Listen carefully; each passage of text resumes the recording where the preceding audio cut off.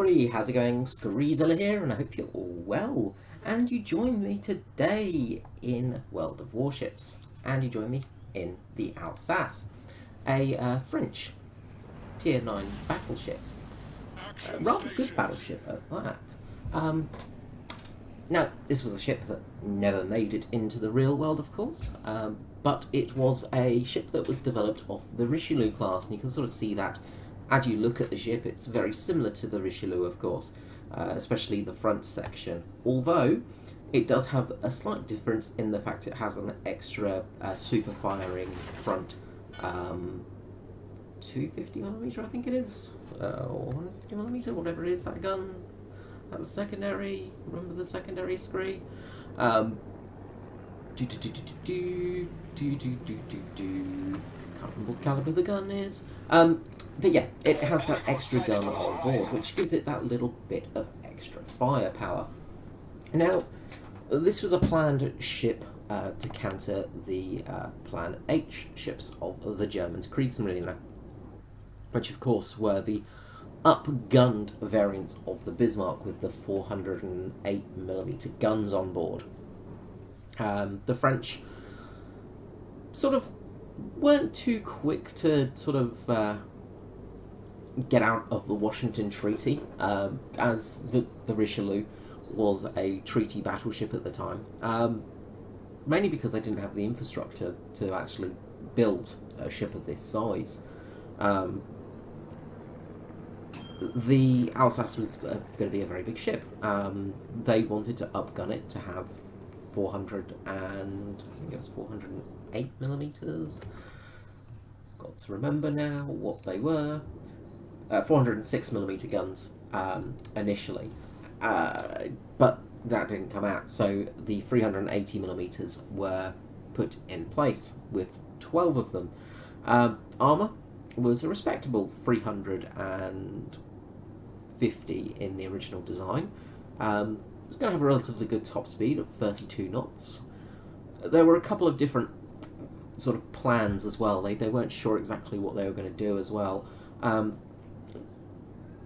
There was a sort of a version that was going to have 9 406mm guns, and they were, they weren't sure what was going to happen. The Alsace never did come to bear, however. It just, they didn't have time to build it, really. The Richelieu did, however, which was just nice. We got to see the Richelieu, and it is a very beautiful battleship, nonetheless. So, in this match, we are basically going to sail down the middle, while everybody else sails down the sides. And we're going to take advantage of this, because, well, when you go to the left and to the right here, so, give me my mouse pointer. So when you go around this side, you kind of waste a lot of time, and you leave yourself quite open as well. Oddly enough, down the middle can be the best option sometimes, because as you can see, their team is actually split left and right. Now, we're going to be caught in a crossfire if we go down the middle too early, so we've got to wait until we're a bit sneakier, until we've got a chance to actually, well, get out of here and get some stuff working on it, get some moves going. So we've got to be a little bit careful not to go too quickly. So we're just going to wait here for a couple of moments just behind this rock, and we're going to take advantage of our speed boost. Now, as you can probably see, there's actually been a change to the consumables. Consumables now are, you've just got them. You don't have to buy anymore. You don't have to buy more. You don't get premium versions. They just are as they are. They're all set to what the premium version was, which is a really nice thing done by Wargaming. It's, makes it cheaper for one, but also it means that everybody's on a bit of an equal playing field.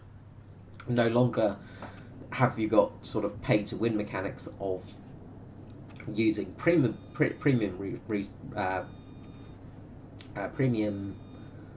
blah blah blah, whatever those things are called.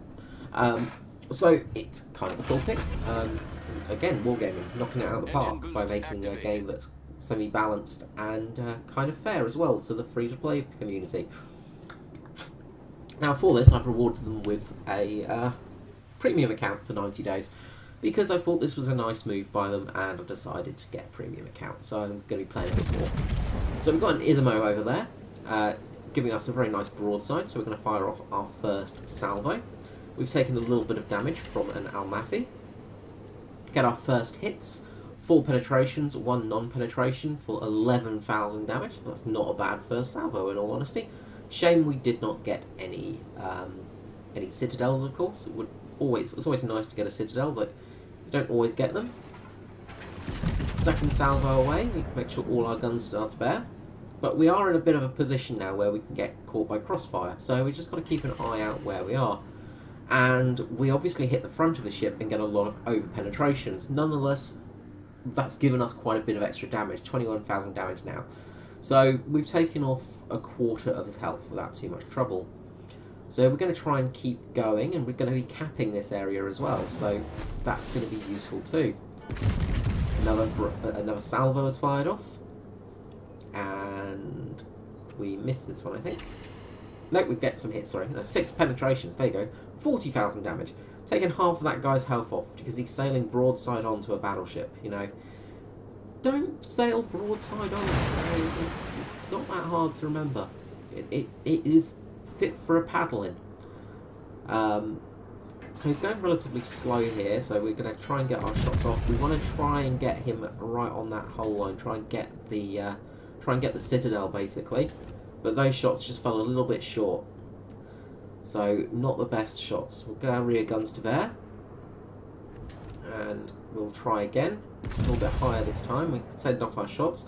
But we've got an Almafi in front of us, firing AP shells. Not a bad idea, in all honesty, because he is firing it against a battleship. And the semi-armor piercing don't work that great in that respect. We've got one last shot on this Ismo to go. We send them off. If you get caught by the wall, we've actually captured. We've almost captured C, sorry.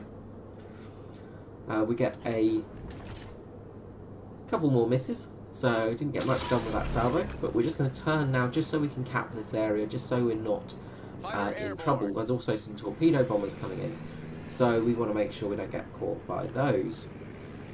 Fighter is off, our guns are firing away, and it's going for the Jean Bar behind us.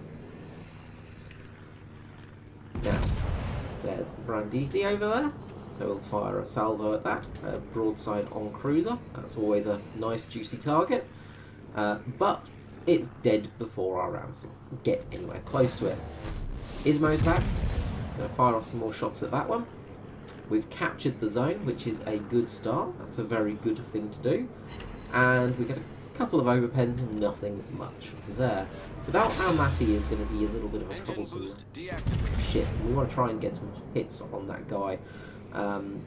Mainly, the main issue with that ship is because it's got torpedoes. The Italian cruisers, of course, got torpedoes on board, and that's the one thing we've got to worry about. The guns, they're not going to be too damaging, but the torpedoes, they could really hurt us. Now, trying to work out where to go next, and only 1 hit, 1 penetration, that's not very good. Working out what to do next, we've got the Jean Bar with us now, and the Jean Bar is going to be coming down with us through the centre line as well, so we've got a couple of good French battleships now coming down the centre line, and this could be very good for our team. Their team is now split, and although they are a ship ahead of us at the moment, we control almost all of the capture points. We are also in a bit of a better standing as well. We got a Frederick de Grosser, I think that's all that. Where are we? Yep, Frederick de Gross over there, and the Almafi there. But their ships are so spread out now. This is the trouble with their tactic of going right to the left and to the right. They've left the middle absolutely open, and that's where the capture points generally are. So we're capping pretty easily at the moment. So we're going to go and head towards the next capture zone. The Almafi has just disappeared from us, so there's an Alabama to the right of us, and this is where we've got to be careful, because we could get caught broadside to a couple of very large guns with the Jean Bar and the Alabama to our right. So keeping an eye on him. We're not spotted at the moment, and his guns aren't facing us, so we're kind of good, kind of good, kind of good. We're going to turn our big old 380mm guns towards him. We fire off a salvo, and looking good for a hit. We get 1 penetration. Bugger. But we're going to have to start moving now. The Jean Bart have got his guns trained on us, and here comes some pain. But they're HE rounds, so although they're going to sting a bit, it's not too bad. The Alabama now fires a broadside of armor piercing, and that's going to hurt. That's going to be a painful hit. But we can take it. We've got a repair in the bank. We've used our speed boost. We've managed to hit him and stop him capturing B. And that Jean Bart out there is in some serious trouble as it gets spanked by a load of torpedoes. Yeah, Matthew's back, and the Matthew player did a relatively good job this game. Really just got caught with a bad team sort of tactics, really.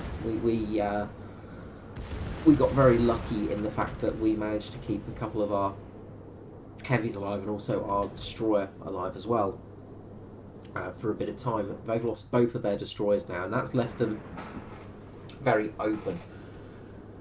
The Georgia is just too far out to be effective. The Jean Bart's managed to take out their Alaska. They've still got the Alabama over there and the enemy Jean Bart as well. You've got the Alabama here, and we're going to be passing through this little section. The Frederick Gross there, he's got into secondary range of the Alabama. Sorry, the Alabama's got into secondary range of the Frederick the Grosser there, which is never a good idea, because that's a bad place to be. But we get a penetration at least on that guy. And the two take each other out. They go for the ram. The Alabama goes for the ram, takes out the Frederick the Gross, and yeah, that Alabama had quite a bit of health left. Would have been a valuable asset to their team, but has effectively screwed them over. Now we found their aircraft carrier, and could have switched to HE here. Would probably have done a bit more damage to that CV. We get a couple of nice penetrations there midship. We're hoping for a nice couple of citadels on that carrier. Of course, being a British carrier, it is an armoured carrier, so using AP shells is not the worst thing to do, because you will get some good penetrations, because the armor piercing shells will of course trigger. So we'll get some final shots off of that guy, but moving at some pace now, we miss, we go a bit too far over it, and he's disappeared. So there's no point in going on after him. We're just going to turn back around, and that Almafi is now coming into play. So they've lost the left flank, or right flank, depending on which way you want to go about it. The B flank. They've lost the B flank completely, and now they've got to try and salvage the C flank. The Almafi is doing the best it can, but it's going to eat some torpedoes from our carrier, and also it has a Jean Bart and an Alsace firing at it. So it's not in the best place at the moment, really. The one thing it can do to us is get some torpedoes out. Now, the Jean Bart is in a bit of a risk for torpedoes, because of course Italian torpedoes, they've got a very good range, but they're extremely slow. Enemy torpedo bombers come in, and they get munched up quite easily by our guns. The anti-aircraft guns on the Alsace are brilliant. This thing is a fantastic AA ship. Torpedoes coming through and missing us, and we've got this Almafi here that's going to be sitting by the island and then try and get us from behind. But we own all the caps now. This game is effectively won, and we've done it. So there's not much more they can do, really. That Georgia is too far out. He can try and chase down the carrier, but he's way too far out. He needed to turn in and try and go for C earlier on. This Almafi's going to back out, broadside on, to a battleship. And that's a paddler. And that is almost 100,000 damage for us. So almost got there. 2 citadels, 100,000 damage, 49 hits, and a couple of planes shot down. And that's really the end of that match. So what we'll do is we'll head to the post-battle screen results screen. Now, sadly, we can't look at the post-battle screen results here, as the server went down just as I went off, but we can see roughly what we did get. If we just open the list and go here, we can see that we ended up with 17,000 RP and 629,000 S. Sorry, not SL, silver, that's it. So, all in all, pretty good game. Just the one killed, unfortunately. But we managed to cap both of those caps and really neutralise the enemy from that game. So it was well worth it. And that's one of the things the Alsace is good at, is the push. To really push the enemy and actually present a fast-moving, very heavy battleship. The armour is not the greatest in the world. As you can see, you've got 32mm plating pretty much all over.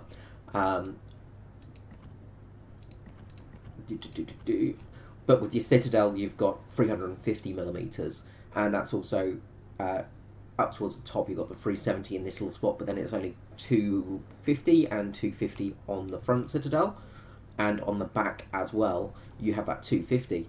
So you can get overmatched through the front quite easily on this ship. The other thing as well is you've got 190mm of protection from the top through your deck, which does help quite a lot, so you don't tend to get overpenned that much through the top. With that extra 32mm of armour, it does help. It's not the most armour in the game, but it does absolutely help out. The biggest thing for the Alsace is its survivability and renewability. Now, renewability is not the best, obviously. It is a battleship after all, but it is very fast. It's got a very good speed, and when you use that speed boost, you can really make the most of it. The other part is the artillery, of course. The 380mm guns, they're not going to be top dog at the tiers you're going to be playing in. We were lucky in that one, and we were top tier, so we got some luck in that battle. But when you're facing things like the Yamato and things like that, they can feel a little bit underwhelming. Of course, 380mm guns, when you've got 12 of them.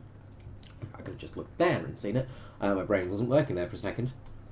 They do work out in the end. Because you have a ship ton of guns to bear. Also, hey, that's getting pulled by a tug. That's kind of cool. You have got a lot of guns to use. And the big difference for the Alsace over the Richelieu, of course, being very similar ships, the Richelieu and the Alsace, is the Richelieu, of course, just has the forward-facing guns, whereas the Alsace has those extra guns at the back, and it makes a big difference. It does really give you some extra firepower to play with. The secondaries as well are absolutely glorious. You have got a lot of 100mm secondaries and 152mm. For AA defense, you've got a lot of guns to bear as well. You're just swarming with anti-aircraft defense, especially on the Asian server. This is really handy because you will take out a lot of planes quite easily. Yeah, overall, this boat is very fun to play and it is well worth it. My captain, I've got Jean-Jacques Henry. So just quickly jump to the captain skills. So I've got priority target and expert loader. Honestly, I generally keep to AP, although I should have been using HE on that aircraft carrier. Got expert marksman, and of course he has it the enhanced version, the mastered version. He's also got the mastered version of adrenaline rush, and we didn't get much adrenaline rush in that session because obviously we kept our health. The fact that the team split themselves up so much and we could just simply drive down the middle of the map and sail down the middle of the map and take them out was just really a bad mistake by them. Along with that, we have last stand and of course basic firing. So all in all, it is a very good ship. I'm pretty happy with it. I'm actually enjoying it quite a lot. Before we go, we will open that container, of course, because you never know what you might get. Oh, we've got 2 containers for that. We opened 2 containers in one match. That's quite good. So I'm going to go for some signal flags, I think. Let's see if we get anything interesting. And opening container. I do like the container system in World of Warships. 400 coal, that's nice. It's a container. Because you can buy loot boxes, of course, and that's always a problem, but the nice thing about these is they're rewarded after a battle, so you get them after you've played the game, which is fair. I think that's an absolutely fair thing to do. Anything good this time round? Got the Equal Speed Charlie London, November Echo Settervan, NES, so continuous AA, XP per battle, and India Bravo 30, cost of ship post-battle as well. So useful flags nonetheless. Well worth the effort of getting. I've really been enjoying the French battleships. As I said, they're probably my favourite line of ships next to the British heavy cruisers at the moment. I've been enjoying the heavy cruisers quite a lot, which is fun. But yeah, the Alsace is definitely up there as a ship to get. Alright guys, well, till next time, this is me, Screezilla. Bye bye.